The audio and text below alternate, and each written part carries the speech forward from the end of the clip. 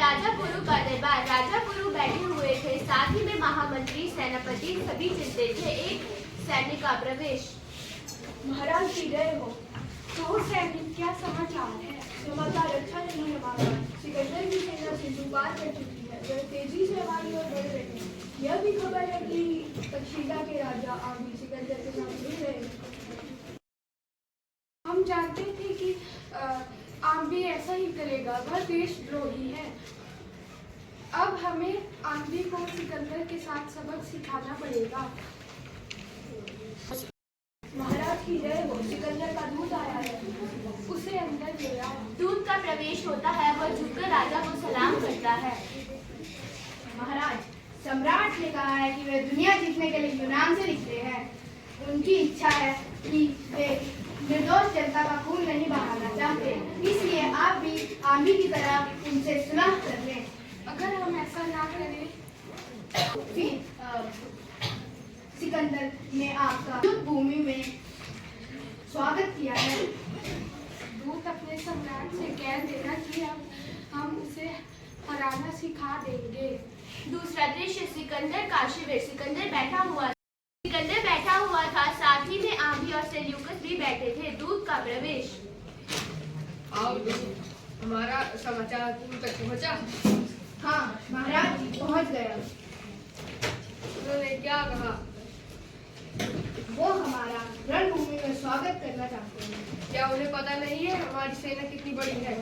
महाराज, सब कुछ कहा, पर वो तब भी लड़ाई के लिए तैयार है। सेल्यूकस, सेना को कूच का आदेश दो।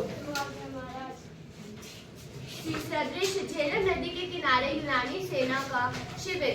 सिकंदर ने झेलम नदी के किनारे डाका डाला हुआ था। उन दिनों नदी चढ़ी हुई थी, पानी की जोर जोर से और बादलों की गड़गड़ाहट की आवाज सुनाई दे रही थी। सिकंदर सेल्यूकस से बात कर रहा था। सेल्यूकस, 2 महीने हो गए, हमारे एक भी सिपाही झेलम पार नहीं कर पाया। ये हमारी हार है। सम्राट, बरसात के दिन है, झेलम चढ़ी हुई है। पुरु के पास हाथियों की बड़ी फौज है। हमारे सैनिक हाथियों का सामना करने में डर रहे हैं। सिकंदर के जीते जी उसके सैनिकों को कैसा डर? इससे अच्छा तो हम झेलम में डूब मरे। एक सिपाही का प्रवेश। महाराज की जय हो। राजा आम्बी आपसे मिलना चाहते हैं। ले आओ। प्रणाम सम्राट। आइए राजा आम्बी, हमें आपका ही इंतजार था। हमारे सैनिक पुरु के हाथियों से डरे हुए हैं। आप ऐसा ना सोचिए सम्राट, यह वर्षा हमारे लिए वरदान है। दलदल और गीली जमीन में हाथियों के पैर नहीं टिकते। कल का दिन आपकी विजय का दिन होगा। आप केवल सेना को कूच करने का आदेश दें। सेल्यूकस, सेना को कूच करने का आदेश दे दो। चौथा दृश्य, रात। पुरु की सेना सोई हुई थी। सिकंदर के सिपाही उस पर आक्रमण करते हैं। पर्दे के पीछे से लोगों की आवाजें, चीखने चिल्लाने की आवाजें आती हैं।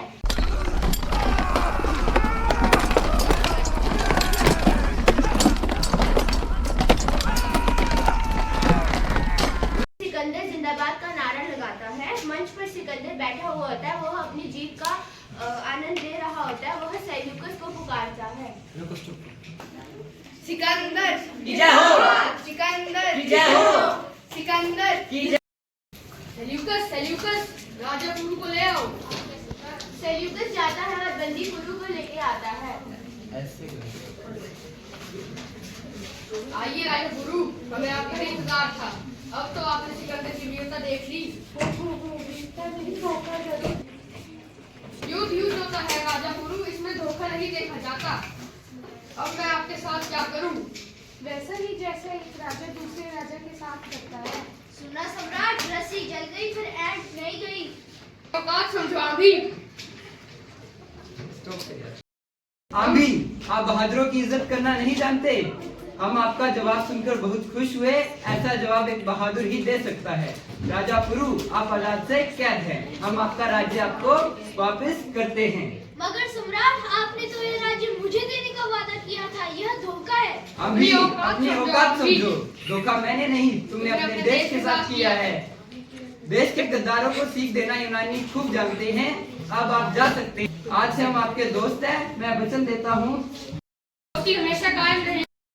हमें सिकंदर और पुरु के युद्ध से यह सीखने को मिलता है कि हमें विभिन्न संस्कृतियों को समझना और उनका सम्मान करना चाहिए। धन्यवाद।